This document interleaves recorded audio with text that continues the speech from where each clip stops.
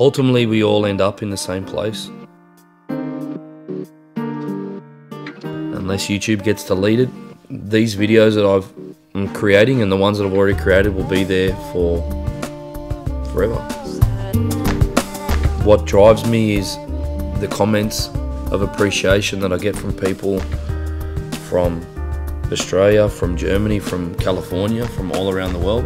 It drives me, it keeps me going. To know that someone's genuinely appreciative of what you share and what you have to show them. It's motivating. I'm motivated by that. The advantage in this generation is technology has allowed us to share what we do to all corners of the globe, and those who seek it, it's easy for them to find it. My name's Adam Ciaccia. I'm a hairstylist based in Canberra, Australia. I've been a hairdresser 17 years. I own a salon with my family called Access Hairdressing. I was exposed to hairdressing obviously by my Uncle Johnny. If he wasn't a hairdresser, probably likely I would never have become a hairdresser. The first 2 years of my apprenticeship were tough though. I mean, every apprenticeship is tough, and hairdressing is absolutely no different. It's not as hard today as it was back then, which I'm happy to say that that's the case. The salon grew to a point where administration was such a huge part of running a successful salon, my uncle was unable to do it on his own. I joined the salon in 1998. I didn't become a hairdresser because I couldn't do anything else. It was actually, at that point at 21, it was a conscious choice. It was a choice that I made because at 21, it's either you give something 4 years and become good at it, or it's time to do something else, because it's sort of that crossover age where it's now or never. So for me, it was hard to be a hairdresser because you know, a lot of people assumed that I was uneducated. A lot of people made assumptions about my sexuality. People would unfairly assume that, you know, you were no good for school, so you dropped out of school to be a hairdresser. It didn't really bother me, and still doesn't now. It's about my staff, my clients, my uncle, my aunts, my mum, my dad, my sister, my nephews. It's my wife, my daughter, the people who make this all possible, and that's my family. Small businesses remain small businesses unless you're brave enough to do big projects like other big businesses do. I look at Access Hairdressing as a lifestyle. When I choose my gym, or when I choose what car I drive or what watch I wear, it's because I want that brand to be a part of my lifestyle, and I want people to look at Access Hairdressing and say, Access Hairdressing is a brand that I want to be a part of my lifestyle, and that's why we decided to go to LA. So an idea is one thing, but putting it into practice is, as we found out, was more difficult than what we first imagined. And we had many pre-production meetings. Obviously we weren't flying to LA to meet with people in person.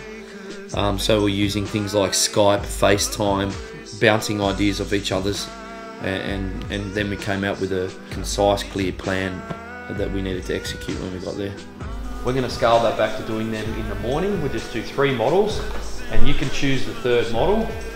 As soon as we arrive in that country, boom, it's on. Check in, scope out, R&D. We've got to check out locations, go to Sassoon, set up our equipment, meet the models. Let me show you. I'm not discounting.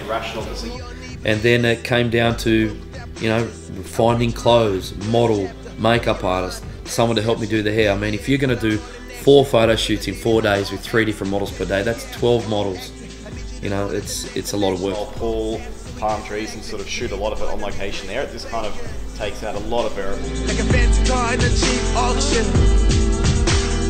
What the hell am I doing here? Yeah, we arrived at the airport, and I guess it all hits you. It's like, holy shit, like, this is happening.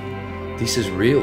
Like, you look around, you know, Jazz is here, Nicole's here.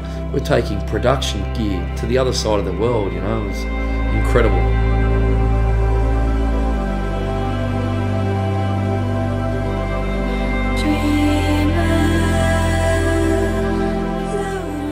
LA is, for many, the idealistic dream.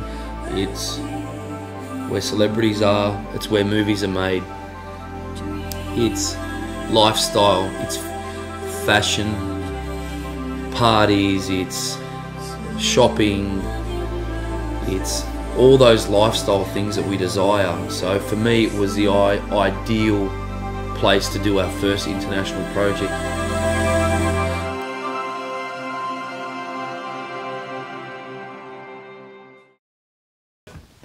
We arrive in LA on Saturday morning, 6:30 AM, and work starts straight away.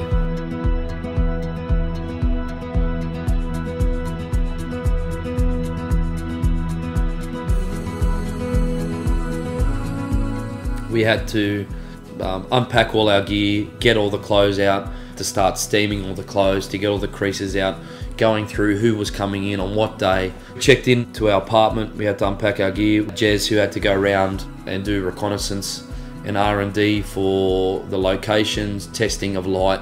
You know, shooting outside has its challenges, especially when you're relying on making sure there's, you know, minimal cloud cover, you know, where the sun rises, where it sets. We literally hit the ground running. And it was time to meet Katie and Lena. Katie is the owner of Zimbali Salon and Spa in Granite Bay, Sacramento. She started following me on Instagram, and I started following her, and we started to communicate via email and via instant messenger. Maybe one day we should get together and do a collaboration. Lena is a talent.